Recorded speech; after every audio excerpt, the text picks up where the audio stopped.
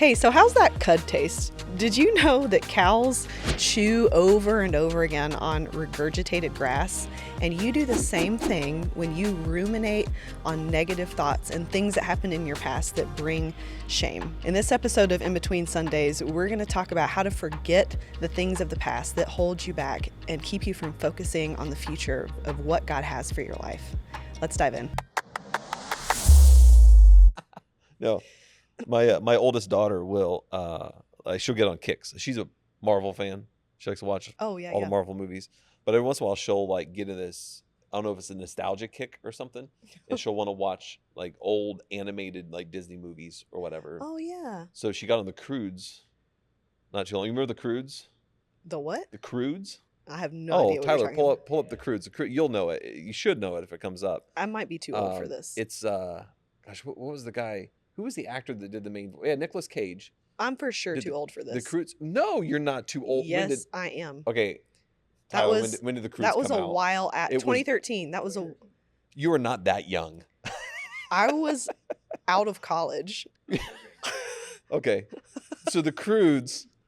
Well, this is the difficult thing for me to describe. So anyway, so the Crudes, it's a cave people family, and the dad, Nicolas Cage, does the voice of the dad. Okay. And was very super protective over his family. And the idea was like all this stuff is out there to kill you, saber-toothed tigers and all this stuff. And one of his big saying for his family was never not be afraid. Never not be afraid. Okay. And the story is basically his daughter like rebels a little bit against that. They meet this other guy. You should watch it with your kids. I think your kids would enjoy it. Okay. Anyway, so it's the expansion out of that fear mindset, but that fear was what kept them alive. Oh, okay. So that was the whole idea of the movie. So his name was Grug. The dad's name was Spell Grug. it. Grug. Grug. The Okay. Crudes. Got it. There's a Crudes too, I think. Not two, but two also.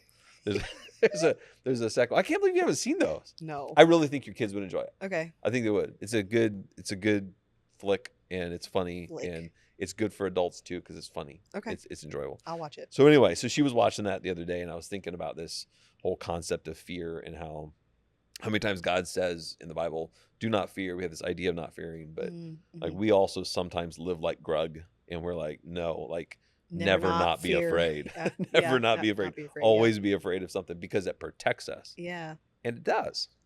Like fear is a protection mechanism. It keeps us alive. It keeps me from jumping off a 2-story building into a swimming pool because I think it's going to be fun. Like it's probably not a good idea to do that. Or it's fear that makes my youngest daughter not ride her bike in certain areas or in certain ways or down certain hills because there's a fear that's protecting her. Yeah. But that fear also becomes really dangerous for us. Yeah. So today we're episode 2 of our fear series as we dig into what it means to fear not your past, which is a super fun topic because our past gets us, and that's what Grug was focused on, right? So in the past, he's seen people die from saber-toothed tigers, and he's seen the damage. He's like, I remember. So we will never not fear, never not be afraid, and so we want to dig into the 75% of Americans report having at least one regret they think about regularly. I'm trying to think if I have one. I probably do. Oh, I do. I don't know if I think. Yeah, you want to share? I can. I mean, I have one that is very personal and that I think about a lot to this day. Oh, I know what it is. What? It's the avocado tattoo.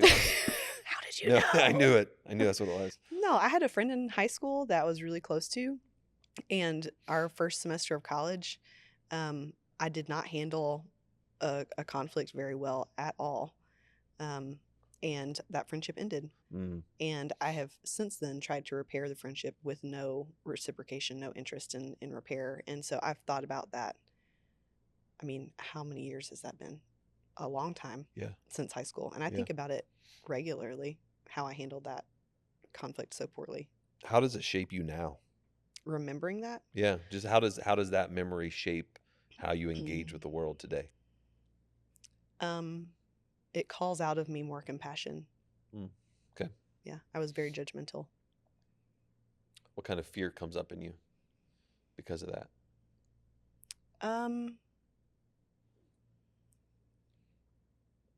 I think when I focus on the behavior instead of the forgiveness and the gospel, Mm. when I focus on the behavior, the lie I can easily believe is this is the kind of person I am, Yeah.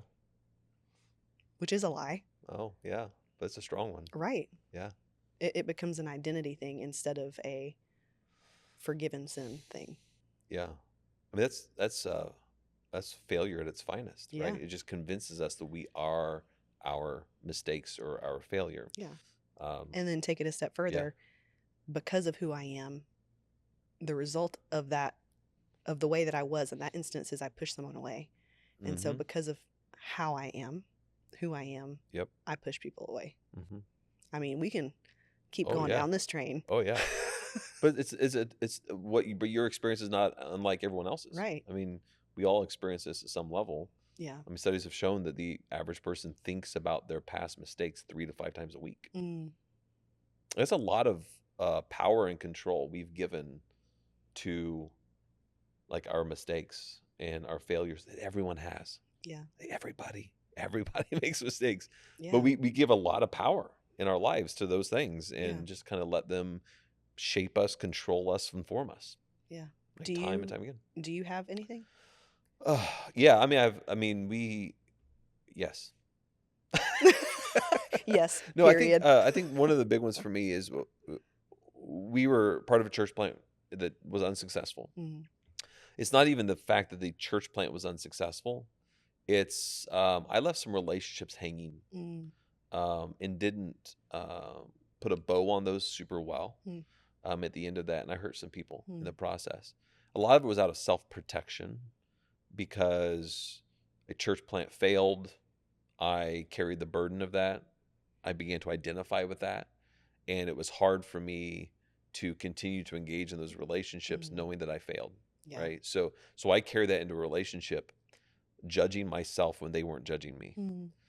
And in the process, I discovered about a year or so later that like a couple people were just kind of hurt how they felt like I abandoned them. Mm. And honestly, they were right. Mm. I did. I didn't intend to. That's not what I wanted to do, but that's what I did. Yeah. So that's one I look back at Mm. and think, man, I really regret how I handled that. And it does have an impact on how I engage with seasons and relationships and dynamics that are ending, if that makes sense. So now I'm like very conscious about like how do Mm. we put a bow on this relationship? Mm-hmm. So if someone's leaving staff, good reasons, bad, whatever, doesn't matter. Yeah. Like I'm always thinking about how do we end this in the best way possible? Regardless if you decided to leave for a better opportunity or we've said, and it happens in church too. Right. We've said, hey, this isn't working any longer. Mm-hmm. How do we handle this in the healthiest manner possible to salvage whatever we can salvage out of the relationship and Mm-hmm. save those? And some of those, they don't need a whole lot because they're leaving on good terms. They had a great opportunity for the family. Yeah. And it's awesome. So, and others are more difficult. Yeah. So I've heard you before talk about marking the moment and the importance of marking the moment mm-hmm. in transitions, especially with the relationships like that too. Do you think that comes out of that season? I think it's that and just a lot of just experience in ministry Mm. and figuring out the best way to navigate those things. Relationships are complex Yeah. and they're difficult and they're hard and there's not a clear path on any of those things. And I talk a lot about sleeping well at night. Mm-hmm. How you and I engage today, how I engage with Tyler today and everyone else. Like at the end of the day, I want to lay my head down on my pillow and sleep well tonight. Yeah. And that's all going to be determined on how I respond and engage in relationships. And if I know that I handled myself in the way that I should, I'll sleep well. Mm-hmm. And the things that we carry with us, we look at our mistakes and failures from our past that really burden us are those times we didn't sleep well. Right. Like we've referenced multiple times what happened in September Mm-hmm. with your ex-husband. You navigated your trauma. I navigated a very different aspect of that trauma Mm-hmm. as a lead pastor here. But like our intention was, hey, we're going to do the right thing. It's really hard, but at the end of the day, we're going to sleep well tonight. Right. Because we know that we did everything that we could Right. in response to this thing. And the last thing I want to do, and we've seen it happen in so many different other churches and businesses and everything, is to look back and not be sleeping well for months because I screwed everything up Yeah. back then. I didn't do the right thing Yeah. back then. Yeah. Sometimes we don't necessarily have control over it, because sometimes our past is we made a bad decision. I messed this thing up. Sometimes someone hurt me or they Mhm. did something. And Yeah. we go through seasons. And so not all of our past is our responsibility and our fault. It just, sometimes it just happens. Yeah. Like things happen in our lives, and how we engage with those and how we deal with those is a really, really big deal. Yeah. And the grug mentality Mhm. of like, hey, never not be afraid is not the best pathway. Yeah. I think we talked about that last episode. We talked about Joshua. Yeah. Was like, hey, just God didn't say that you wouldn't be afraid and there wouldn't be scary things and change and all these, like, that was a reality. Mhm. Just be strong and courageous What do you in the do midst with of the it. fear? Yeah. Yeah, Yeah. absolutely. That's good. So Isaiah 43, do you have that pulled up? I sure do. Could It's one of my you? favorite chapters in the Oh, whole Bible. good. Well, Look, tell us about it. It's all drawn out. it's Yeah, all marked you up. only use blue. Well, yeah. Just on this one. Gotcha. Sometimes I lose pins and I Yeah. have to get a new one. So the key passages we're kind of launching off of today is 43, 18 through 19. You're welcome to read whatever portion you want to read, as long Ooh. as you include those two verses. Okay. Yeah. Okay, I'm gonna start at the beginning, verse 1, and then I'm gonna skip Genesis down. 1? No, Oh. Genesis 1:1, Isaiah 43:1, and then I'll skip down to 18 and 19. Verse 1 says, "But now this is what the Lord says: He who created you, Jacob, he who formed you, Israel, do not fear. Why? For I have redeemed you." Can we pause? I'm sorry. Like everything we just talked about. Right. Right? Exactly. Your identity is not in your failure. Your identity is not in your past. Right. I have redeemed you. I have restored you. Yes. I have saved you. I think it's important to stop for a moment for Yeah. our listeners and our viewers. Such an important truth. Yeah. Like right early on in Yep. the past. Sorry, go ahead. Yeah. I have redeemed you. It's the reason you shouldn't fear. And then he says, "I have summoned you by name. You are mine." Pause there too. That sentence, "I have summoned you by name. You are mine," for me elicits two thoughts. One, that our belonging is both personal and secure. Yep. So that courage, that do not fearness, can come out of a personal belonging to God and a secure belonging to God that cannot be shaken. Okay, now down to verse 18. Hold on. Can we look at verse 5 real quick? Yeah, sure. This is actually what we talked about last episode. Yeah, okay. So verse 5, do you want to read it? Yeah, do not be afraid, for I am with you. I mean, this is exactly what God was telling Joshua. And again, something we always forget in the midst of fear is that we're not alone. Right. You're not alone going through this. In fact, this is one of the great opportunities for growth through this season. Sorry, go ahead. Do you want to read the rest of verse 5 or just Nope. that was okay? That's all I wanted. Cool. There's that one statement. Okay. So then verse 18. "Forget the former things. Do not dwell on the past. See, I am doing a new thing. Now it springs up. Do you not perceive it? I am making a way in the wilderness and streams in the wasteland." So good. That's so good. It is. We could just stop there. We could. Yeah.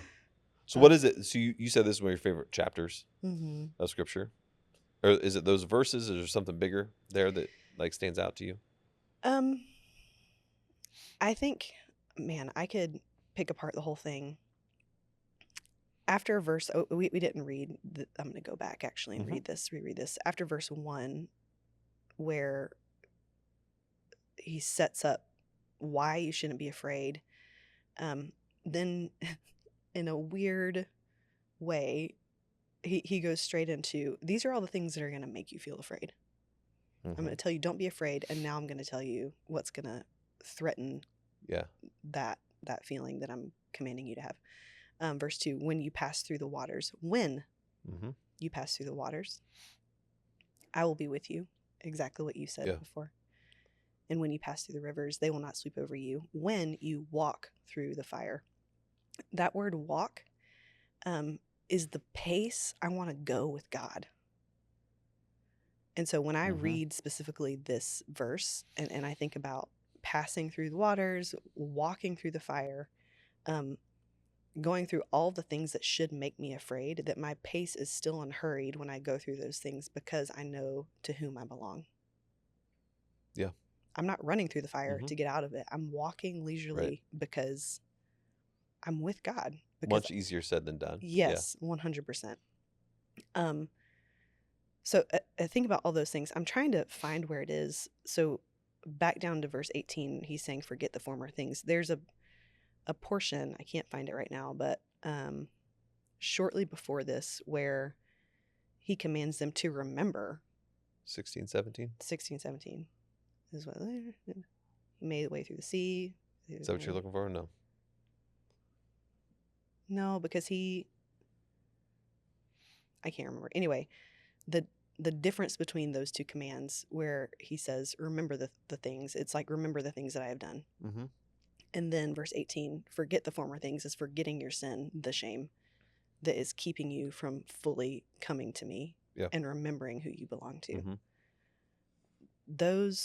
All those things from verse 1, 2, down to 18, 19, it's powerful to me. I can't remember who said it, but someone once said that we have a memory problem. We remember the things we're supposed to forget, and we forget the things we're supposed to remember. Yeah. And I find that to be true in my life. Yeah. 1,000 times over. So there's a lot of study and research on negativity bias, that we naturally will remember the bad things and forget about the good things. And I think I've shared before, my coach will, on more than one occasion, has had to stop me and say, Tony, we need to pause for a second. We need to remember what you've done. Because I'll be caught up in like what's next in the future, whatever. And I will downplay successes, advancements, wins that we've had as a church, and just be focused on, not even focused on the negative things, but just focus on the future. Like, we haven't done enough. She's like, Tony, you've done a lot.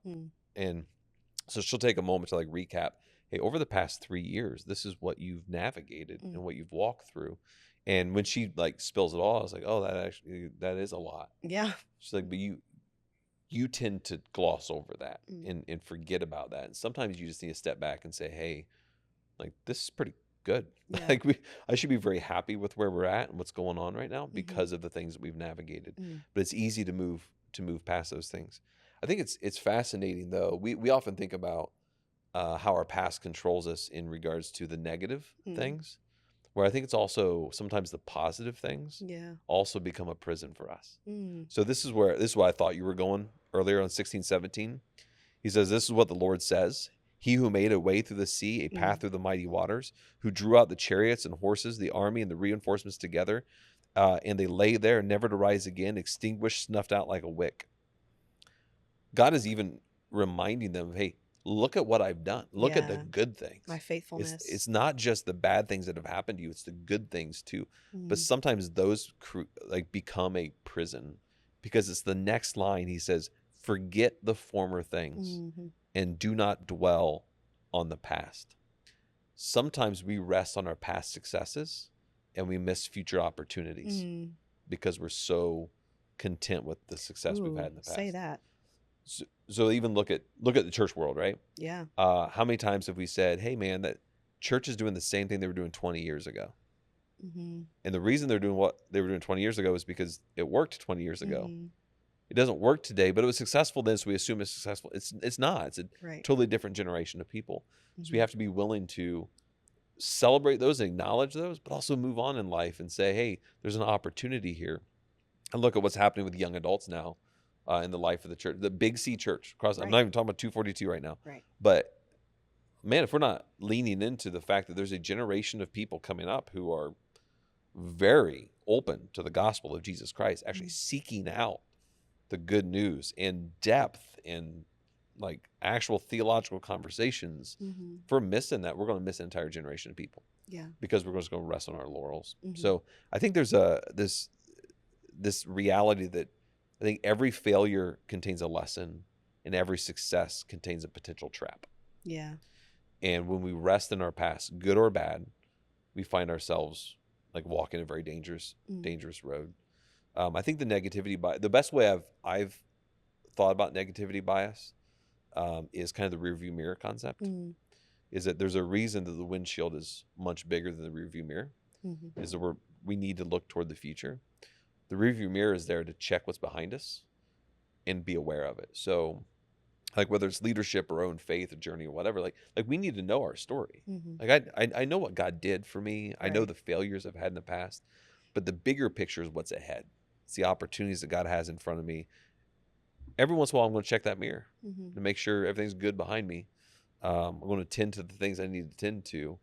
But in our lives, what happens is that rearview mirror gets bigger and bigger and bigger. And then sometimes it becomes the primary thing that we're looking at, which is why we miss all the opportunities. Yeah. Opportunities in front of us. That's so good. Negativity bias shows that our brains are evolutionarily, it's a big word, wired to focus more on negative information than positive. Tyler, can you pull up something on negativity bias? There's a study by psychologist John Cacioppo, Cacioppo.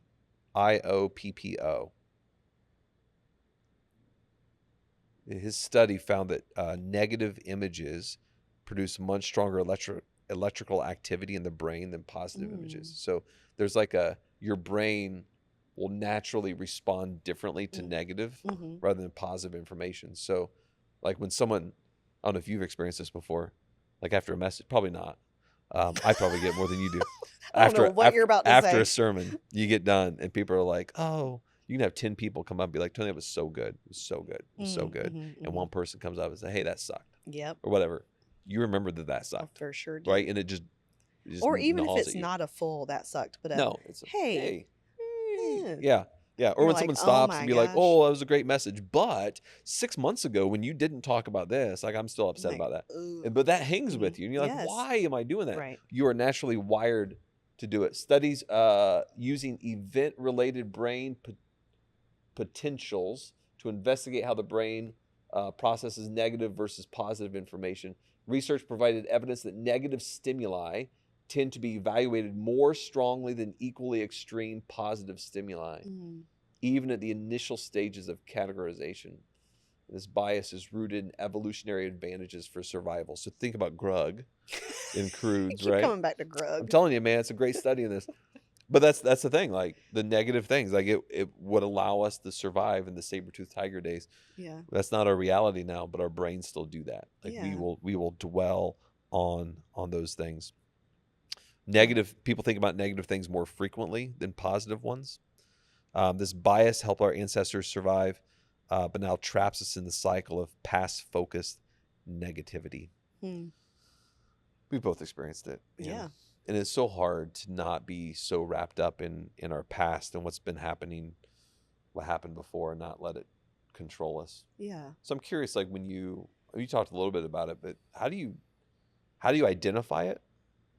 Then how do we navigate it when it happens? Because again, this whole context of the entire podcast is the Bible says something and it says it seems pretty clear. Don't let your past control you. Yeah. How do I actually do it? Especially when our brains are wired for it. Right. So we've talked about this. I feel like we talk about it all the time, but specifically we talked about the last episode about how courage is derived from connection. And so for me, I mean, both in reality and biblically, which is also reality. In Isaiah 43, okay, Bible study tip. It's something that I love. Is anytime a word, a phrase, a thought is repeated in a passage, that's God's way of being like, this is important. So at least 3 times in this chapter, the word witnesses appears. Either us having witnesses to what God has done or being witnesses to what God has done, his faithfulness. And I've been thinking a lot about how shame festers in silence. Mhm. When we are isolated, that's when it becomes a lot easier to focus on the negative things or the past things that cause us shame instead of bringing it into the light where we have witnesses who can attest to the new thing Mhm. that God's doing that is springing up. And then when the witnesses bring light to it, then we're able to perceive it in verse 19. Um, my mentor several years ago, I was talking with her about, frankly, some past frustrations with a specific person. And I remember saying the phrase to her, they will never change. Hmm. They will never change. And she looked at me the way she does Yeah. and said, God's the only one who never changes. Yeah. Like, I need a new counselor. That hurt my heart. That hurt my feelings a Yeah. little bit. And I mean, that was years ago, and I still remember that conversation. And what it did for me was not only think about that friendship in a different way, but also think about myself in a different way.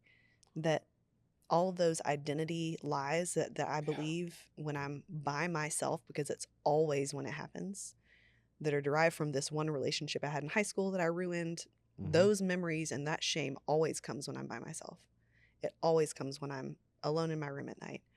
But when I bring it into the light, when I have witnesses, then I'm able to say, well, God's the only one who doesn't change. And that's good news, because that means I will change. Yeah. And that he is forming me into his likeness and having a new thing spring up in me. So. Yeah, that's so good. Thanks. It's nice having a good therapist. Well, that was and annoying having a that was therapist. my mentor. Well, I know. I'm going back to But the therapist. Yeah, the therapist piece. Yeah. Yeah. I do love my therapist too. She does the same thing. She is frustrating, but I love her. Yeah. Yeah. It's a love-hate relationship with a good one. Yeah. Yeah. Yeah. So I want to talk a little bit about this idea of rumination. Can you, Tyler, bring up rumination? It's the idea of, like, we keep thinking about the same thing over and over and over again. And type of repetitive negative thinking. An individual gets stuck in a cycle of focusing on negative feelings, their causes, and potential consequences. So, like, cows chew cud, they ruminate. You know this? I It's don't a know. whole. It's all. Now I feel like, see, regurgitating partially digested food, re-chewing it to break down the fibers further, and then re-swallowing it. So it sounds gross, but it's what we do with our negative feelings. Right? So think about the rumination. So a negative thing happened, a bad thing happened. So we're basically vomiting, we're re-chewing on it over and over. And I do love the imagery. I look at all those cows on the screen. No. Look, there's even a graphic on, like, how it works. I am too Because they have, like, a bunch of visual for stomachs us and to stuff. continue having this conversation. Okay. Rumination, baby. So that's what I love about it. But think about the visual. This is what we do. So something bad happens in our life. We had a failure. I did this I don't do it nearly as often now.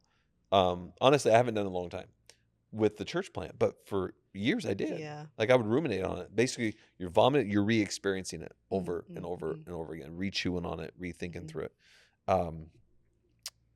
I'm curious when I ask you more of a, go ahead. You were going to say something. Well, I was before going to ask ask you, how do you get out of the rumination rut is what I'm going to call it. Yeah. So for me, let me talk about that one specifically. Okay. For me, I had to come to grips with a couple things.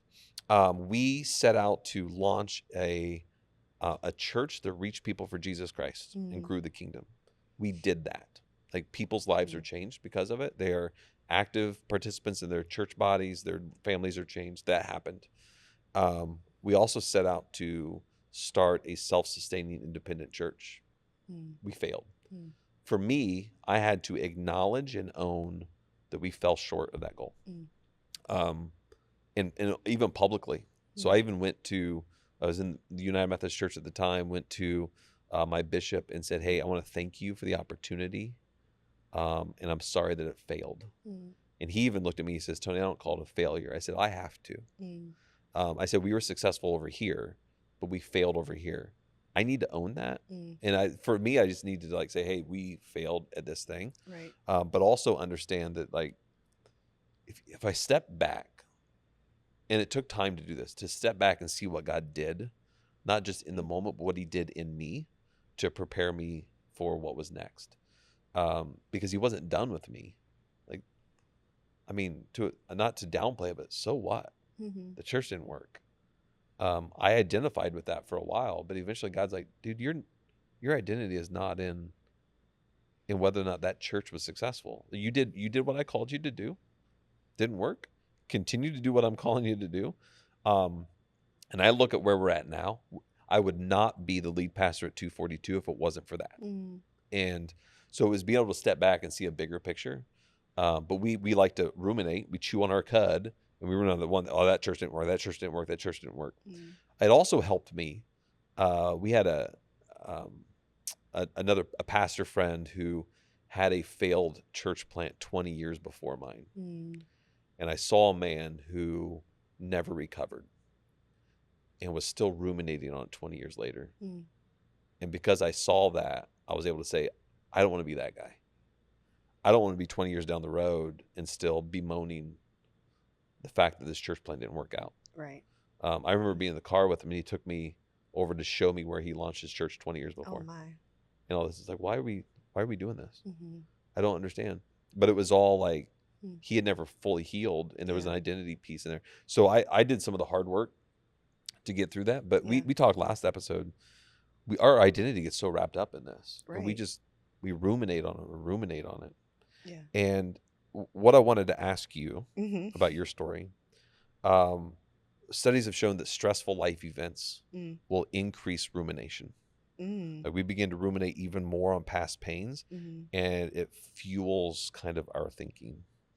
You've been through the negative thinking, or just thinking, period? Just the rumination on the negative thinking. Okay. Yeah, increase that.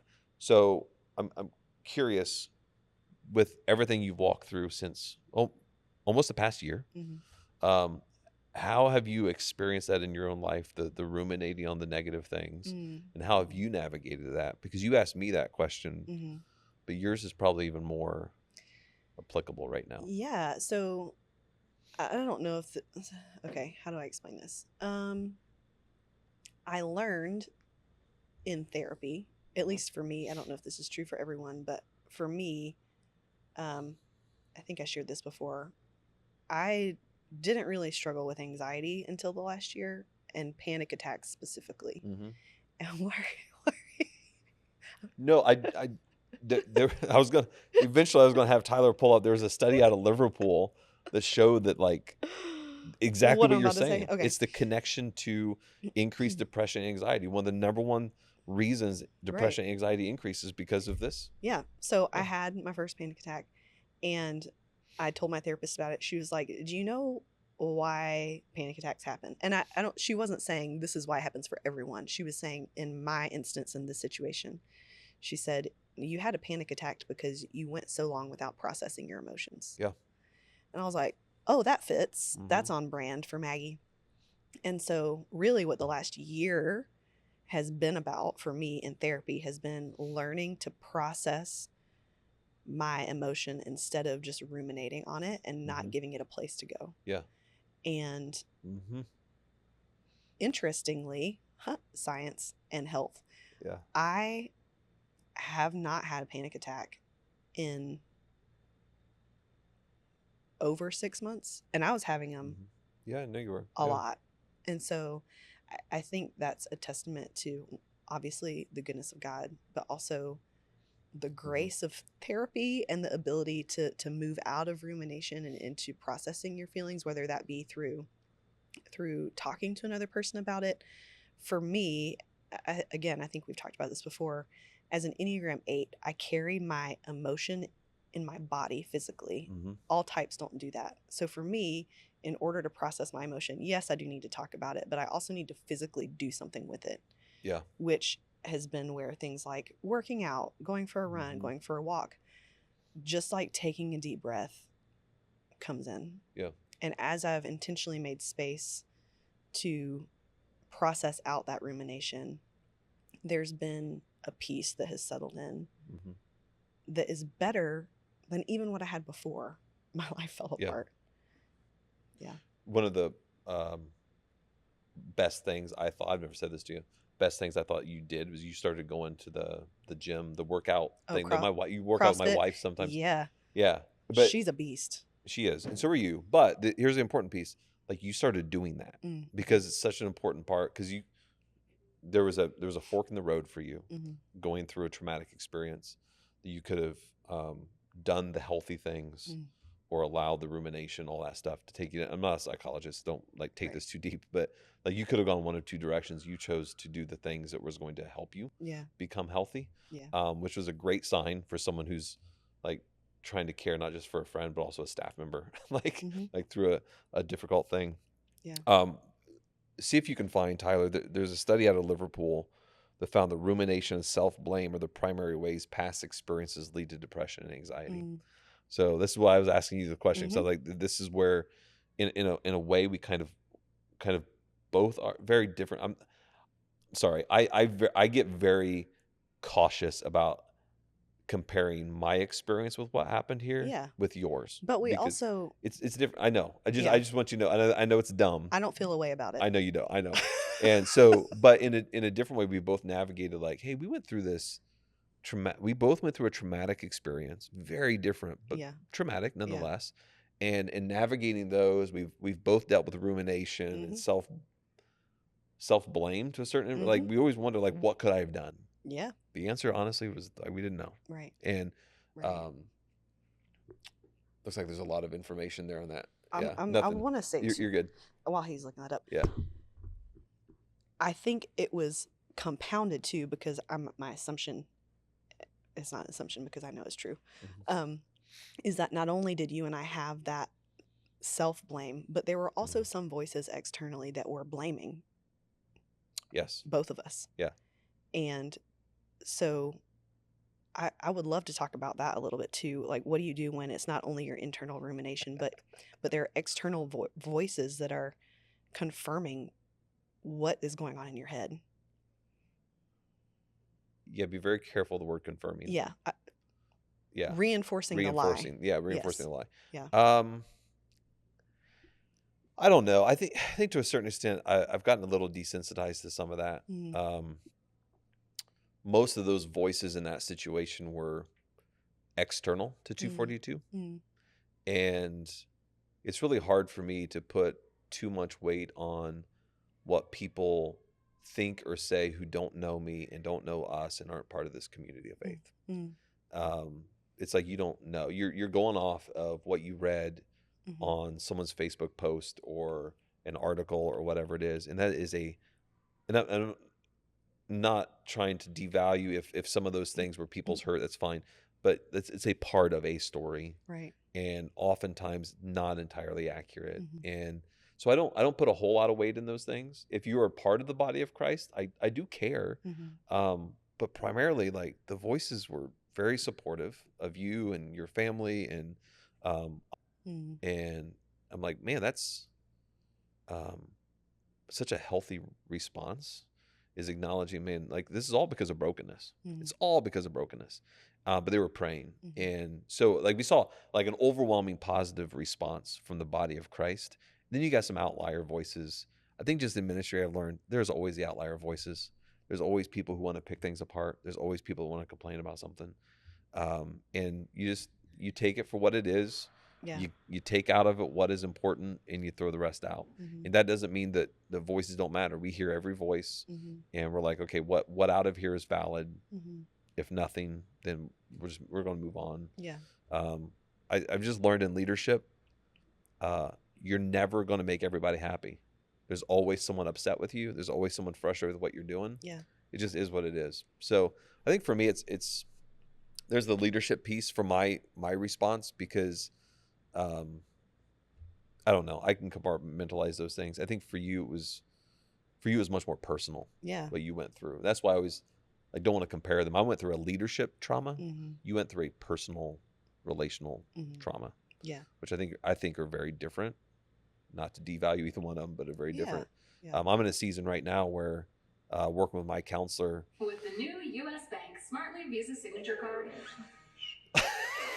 Tyler's over there rocking out to I was like, commercials. what is happening? This commercial pops up on a website that's talking about traumatic life events, the biggest cause of anxiety and depression from the University of the. You found that? Tyler's terrified. Woo, me too. Oh. Okay, I think you started with No, you're good. You're in a season with your counselor. Yeah, I'm in a season with the counselor, my counselor, that we're kind of working through. She's just helping me understand. Like, Tony, sometimes it takes a little bit of time for the impact of something you walk through to actually hit you. So just walking through a couple things in my life, nothing major, just things I'm processing. She's like, Tony, this is probably the result of what happened in September. Like, you're just now like coming back to earth and like really processing what happened to you. Yeah. So it's just an interesting, but there's always the rumination piece. That's a study of Liverpool right there. You got pulled up. This is a study by psychologists at the University of Liverpool found that traumatic life events are the biggest cause of anxiety and depression. But how a person thinks about these events determines the level of stress they experience. This is a good clarification, like how we ruminate on those things and think about them. So a traumatic life experience will cause depression, anxiety. Yeah. How you continue to ruminate and process those things really matters, which I think you've navigated really well. Therapy is huge. It's a big, but it has been for you kids. Yeah. I mean, everything. It's been a big deal to not just sit there and cycle on that thing. Yeah. I have there's a cork board. Well, two things. One, I have a cork board behind my desk with 2 questions on it that I look at every day, multiple times a day, to help fight this rumination thing. The first question is, what is true? Yeah. And then the second question is, what is my responsibility? And it is crazy how often I forget to ask myself those questions. And I'm so glad that all I have to do is swivel my little chair around and say, what is true? Yeah. Maggie, what's your responsibility? Because sometimes there is truth in the words externally that are being spoken to me. Sometimes there are things that are my responsibility that I need to give an account for. Yeah. But that in doing those things, it helps in the rumination. Yeah. I think it's a lot like our your photo album on your phone. Like, you have all these pictures. Like, I think our minds, we have all these pictures of the good things, the bad things, all the things that happened. It's which pictures are you pulling up and looking at all the time. There's certain pictures I have on my phone that I'll look at every once in a while, and it's just like they're great memories. I don't take pictures of bad things, so it's always like, oh, my family on vacation, we're doing fun things, and sometimes I'll just like scroll through and be like, oh man, remember when the kids were that little, and it's not a bad thing, it's a great thing. We got to celebrate those things, but sometimes in our minds we pull up the pictures of the bad things all the time. We just sit there and ruminate on those things, and here's the cool thing. When it comes to neuroplasticity, I should stop trying to say big words. Your brain, how it molds. Like we used to think that, I don't know, somewhere around, I don't know what it was, around the age 30 or something, like you just stopped. Like your brain didn't change, but like studies have shown that's not true. Yeah. Like your brain continues to create new links and connections.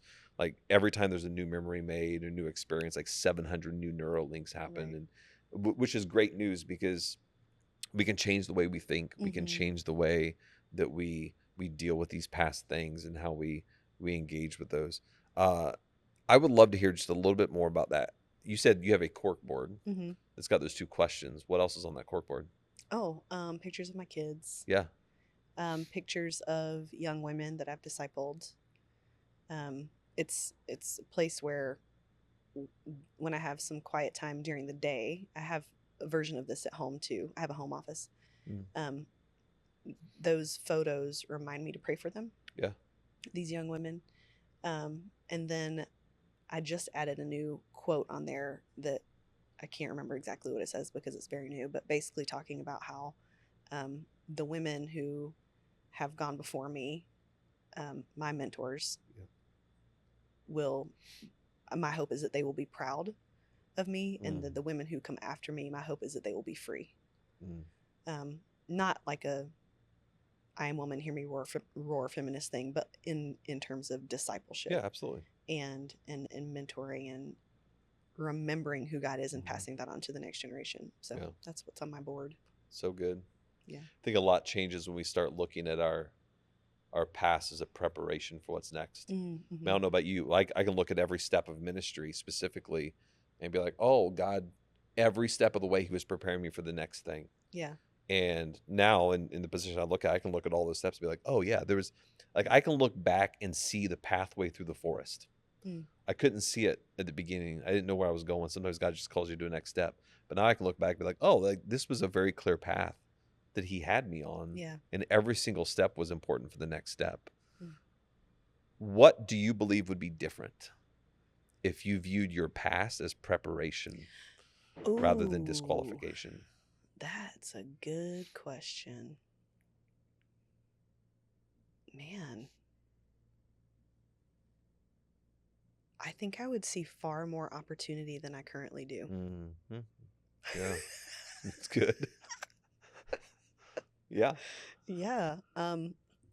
Instead of seeing, okay, here we go. Instead of looking at relationships and seeing all the potential for mistake and potholes, I would look at relationships as an opportunity for growth and freedom and trust building. And that's not my default. My default is look at all the ways that I've screwed up in the past. Yep. I need to be very aware to not do these same things right now. Yeah. Instead of feeling free and open and swinging the doors wide. Yeah.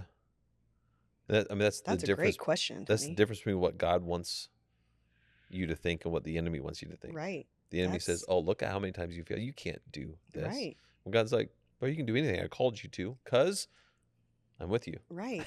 But I didn't even realize how subtle that was until you asked that question. Okay. Okay. Well, good. That's a good question. Therapist Now it's going Tony. to change everything that you do. I'm going to be like, Ministry, hi, how you everyone. engage with all the opportunities for the preparation. But it is crazy, though. We Yeah. look back at our past. We're like, oh, yeah, I see how God prepared me for every step. Mm. And then God calls us to something or we have to do something hard. And we're like, and then suddenly our lens changes for our past. We're like, oh, but look at everything messed up before. Yeah. And God's like, what are you talking about? It's the difference between walking a tightrope versus walking a bridge with room to skip and dance and run. Yeah. So good. Imagine how many more bold, strong, and courageous things, to go back to the Joshua passage we talked about last episode, right, we would do if we looked at everything as preparation, which means today, the things we go through, hopefully neither one of us go through like bad things, but challenges may come up. Right. And we're going to be like, one day this will be my past. Right. What is God preparing me for tomorrow? And it helps us begin to think differently about the scenario. Like I said before, we're going to sleep well tonight. Like we're going to make the right decisions because, if we make the right decisions here, we'll make the right decisions tomorrow. I don't know if I may have said this to you before in a different episode. One of the things I was most proud about back in September when what we call the event happened here was that never once did anyone on our team ever entertain handling things differently than what we did. And the reason that is true is because we set a culture that was, we will do the right thing. So we sat in that room and we're like, well, we're going to do the right thing. It's going to be hard. It's going to suck. We're going to do the right thing because it was just who we are. So when we take the opportunities to, in the small things, like do the right thing, we'll do the right thing in the big thing as well. And we see those as preparations. So even I would just advocate for anyone listening, watching, whatever you're going through right now, if we start viewing it as preparation, not that God like made you go through a really hard, awful thing, but God is going to use it to prepare you for something. It can change our entire perspective and how we navigate that. Yeah. Beauty from ashes. Yeah. Last 10% every episode. Last things you want to say. I think reinforcing for me the idea of having witnesses in your life to tell you what's true when you're ruminating. Mm. because the truth is we are still broken, weak vessels, and there will be days when we ruminate Yeah. and struggle to get out of it on our own. My therapist's advice to me wasn't, you just need to go work out by yourself. Mm. There's a reason I work out Yep. with Melissa Mm-hmm. and with Angela, with Jody, with Yep. Lindsay, with these women, is because while I'm working out, oftentimes I'm throwing a 15-pound ball on the floor Yeah. and weeping, and we're talking, Yeah. and they're being witnesses to remind me what's true. Good. So It's good. Good. Yeah. Good. Good. I think for me, it's like check the size of your rearview mirror. You can't continue to move forward if you're constantly looking backward. Have it there, look at it, take peeks, make sure everything back there is good. Yeah. But God is calling us forward, and what's in our rearview mirror will influence what's ahead of us, but it doesn't determine what's ahead of us. There's amazing opportunity there. Just thinking through teaching my kids how to drive and like navigating the mirrors and all that. But at the end of the day, the windshield is the most important thing. And if God has gotten you through what's behind you, he's going to get you through what's ahead. Yeah, that's good. Awesome. Good stuff. Yeah. Thanks.